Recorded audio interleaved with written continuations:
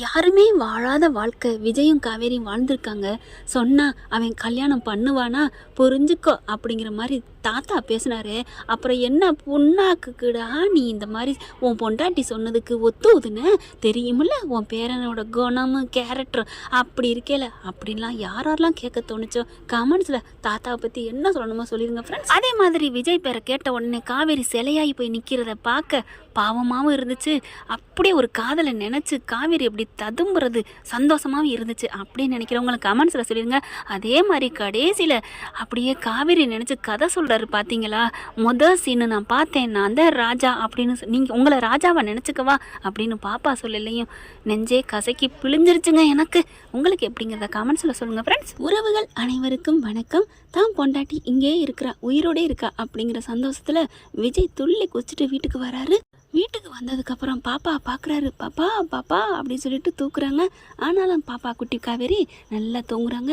ஐயோ என்ன சொல்கிறதுன்னு தெரியலையே, என் பொண்டாட்டி உயிரோடு இருக்கா கடவுளே அப்படின்னு சொல்லிட்டு ரொம்ப சந்தோஷப்படுறாங்க. கரெக்டாக என்ன பண்ணுறாங்க, பூ போட்டு வச்சுருக்காங்க இல்லையா, அந்த பூவெல்லாம் பிச்சு எறிகிறாரு. அவ்வளோ ஒரு ஆனந்தங்க.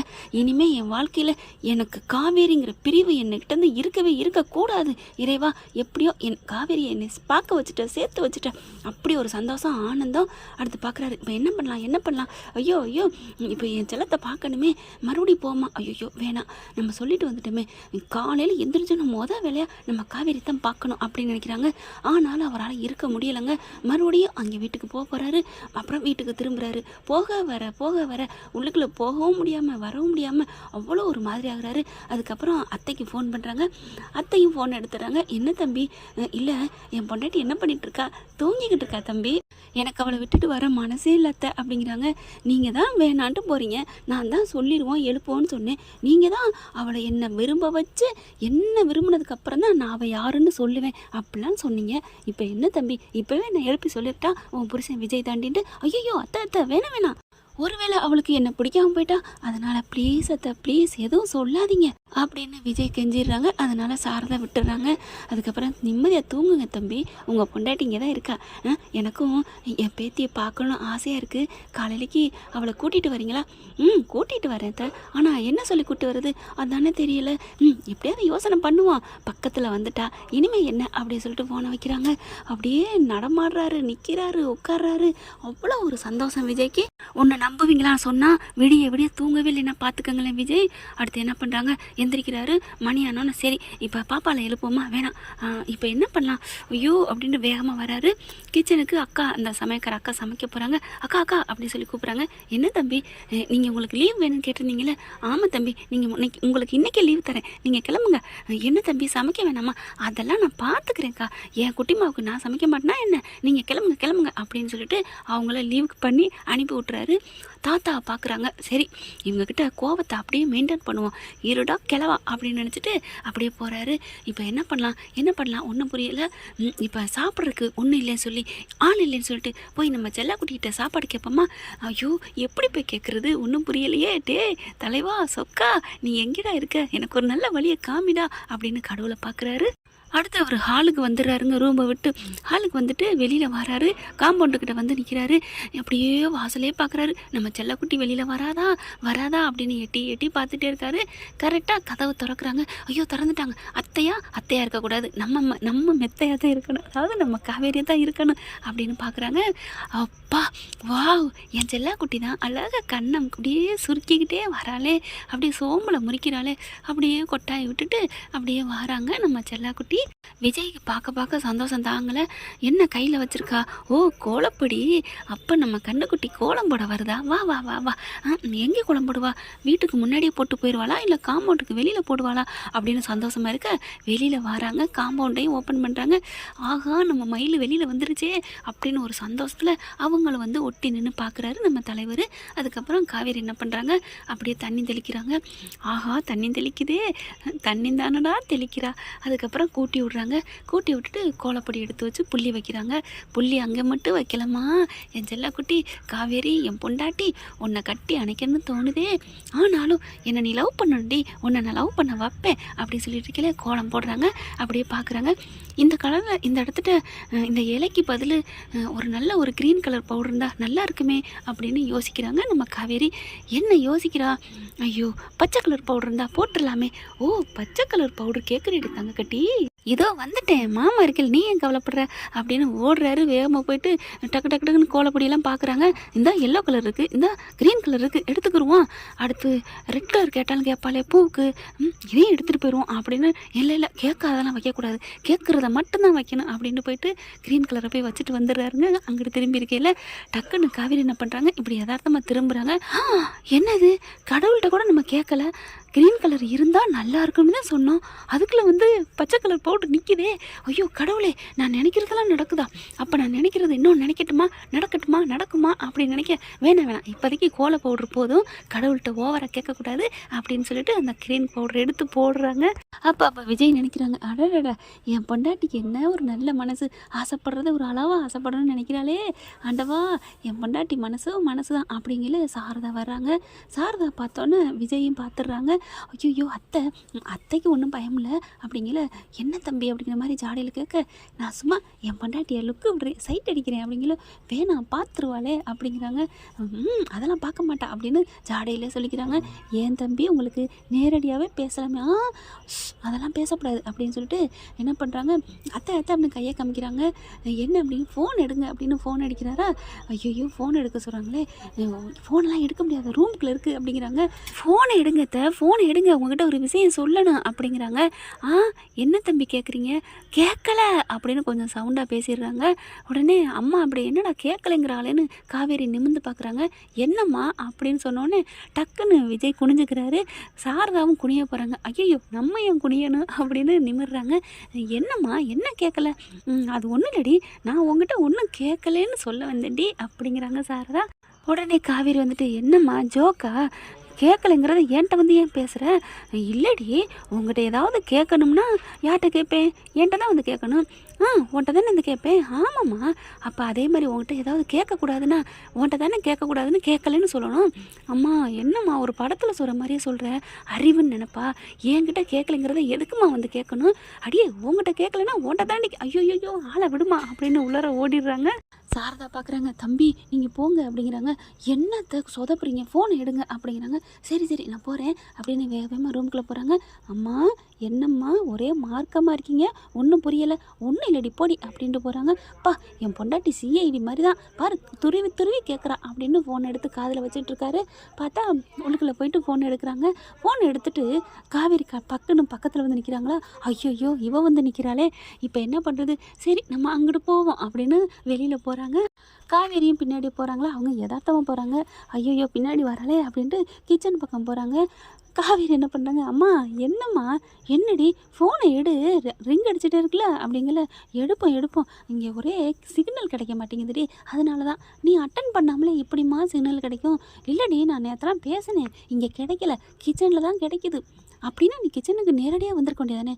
காவேரி என்னடி இது என்ன கோட்டா, துருவி கேள்வி கேட்குற அப்படின்னு சாரதா சொல்ல. அம்மா எனக்கு என்னமோ பிடிச்சிக்கல. என்னடி பிடிச்சிக்கல, இல்லை சின்ன வயசு பிள்ளைங்க தான் அம்மா அப்பாவுக்கு தெரியக்கூடாதுன்னு லவ் பண்ணுற ஆள்கிட்ட பேசுகிறக்காண்டி பதுங்கி அங்கிட்டு போவாங்க, அது மாதிரி நீ போறியம்மா.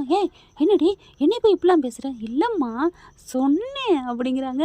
அட்டன் பண்ணிடுறாங்களா. இதை பூரா விஜய் கேட்குறாரு. விஜய் கேட்டுட்டு சிரிக்கிறாரு. ஆஹா மாமியார் மாட்டிக்கிட்டாங்க மாமியார் அப்படின்னு நினைக்கிறாங்க. போறியா அப்படிங்கிறாங்க. இல்லைம்மா யார் ஃபோனில் அட்டன் பண்ணி பேசு, யார் ஃபோன்லனா நீ என்னோட பேச விட மாட்டேடி. அப்படி யாருமா, என் குட்டி மாட்டை தாண்டி பேசுகிறேன். குட்டி மாட்டையா, கங்கா பிள்ளைகிட்ட தாண்டி. ஓ கங்கா பிள்ளைகிட்ட பேசுனா நான் ஏம்மா பேச விட மாட்டேங்கிறேன். ஆமாம் உன் மனசாட்சி தொட்டு சொல்லு, நான் ஒரு வார்த்தை பேசங்காட்டி குடுமா அப்படின்னு வாங்கிட்டு நீ தானடி பேசுவ, எங்கே பேசுகிற, முத்தம் தானடி கொடுப்ப. ஆமாம், என் குட்டிமாவுக்கு நான் முத்தம் கொடுப்பேன், இதில் என்ன இருக்குது. ஐயோ, என் குட்டிமா எனக்கு கொடுக்க வேண்டியதெல்லாம் யாராருக்கெல்லாம் கொடுக்குறாளே அப்படின்னு இங்கே விஜய் நினைக்கிறாங்க.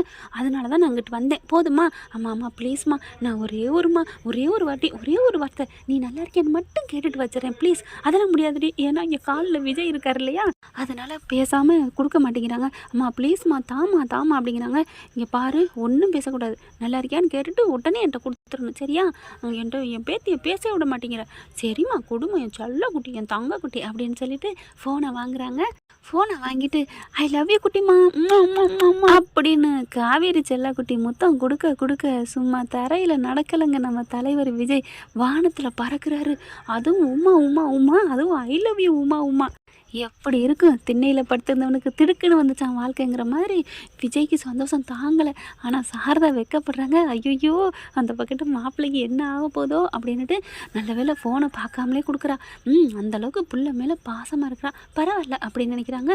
ஐ லவ் யூ செல்லக்குட்டி, என் தங்கக்குட்டி, உன்னை பார்க்கணும் போல இருக்குடி, உன்னை நான் மிஸ் பண்ணுறேன்டி, எப்படி வருவேன், நீ வந்துடுடி என் தங்கம், வந்துடுவியா, நீ சித்தியை பார்க்க வரமாட்டியா, வரேன்னு சொல்லு அப்படிங்கிற அப்படிங்கிறாங்க. விஜய் குரலை மாற்றி மட்டும் சொல்கிறேன். அங்கே என்ன எங்கள் அம்மா தடுக்கிற மாதிரி அங்கே உங்கள் அம்மா உன்னை தடுக்கிறாங்களா அப்படிங்கிறாங்க. சரி நம்ம அப்புறம் பேசுவோம், நான் அம்மாச்சிகிட்ட கொடுக்குறேன் இந்தா அப்படின்னு ஃபோனை கொடுத்துட்டு போகிறாங்க.